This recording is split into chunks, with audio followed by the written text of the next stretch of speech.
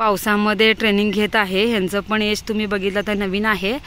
Basic theory क्लासमध्ये त्यांना step सगळे शिकवले गेलेत। रेसचे पॉईंट असतात, पायामध्ये पॉईंट असतात, हे सगळे शिकवल्यानंतर आता बघू शकताय त्या व्यवस्थित अगदी इंडिपेंडेंट त्या एकट्याच सोडत आहेत गाडी, बघू शकताय आपण। आणि पूर्ण इथं बघू शकताय पावसाचं वातावरण आहे, वरती पाऊसही पडत आहेत। ॲक्च्युली खरं सांगायचं तर सगळं पाऊस पण येत आहे आणि बघू शकताय की सुंदर ते अगदी गाडी फिरवत आहेत, बघू शकताय आपण। हे बघा त्यांनी रेनकोट घातलेत। आमच्या ट्रेनिंगमध्ये हे आमचं एक रेनकोट असते व त्यांचं एक रेनकोट असते, त्यांचं त्यांना घालून आम्ही ट्रेनिंग देत आहेत। पावसात पण लोकांचं एक समजूत असते की आम्ही पाऊस आहे, चिखल होईल, आम्ही पडेल, असं काही नसते मॅडम। कारण की व्हील्सला जे असतात की त्यांना असे थोडं खाच टाईप असं डिझाईन असते, त्या डिझाईनमुळे गाडी घसरत नाही, हे लक्षात ठेवा।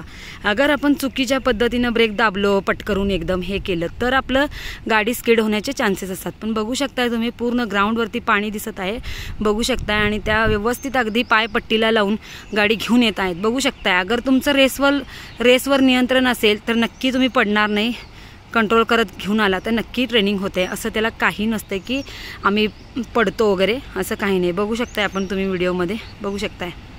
हे बघा पायाची पोझिशन पण बघू शकताय, रेनकोट घातलेला आहे, परत एक लेवल व्हील्स फिरत आहेत, बघू शकताय या व्हिडिओमध्ये तुम्ही।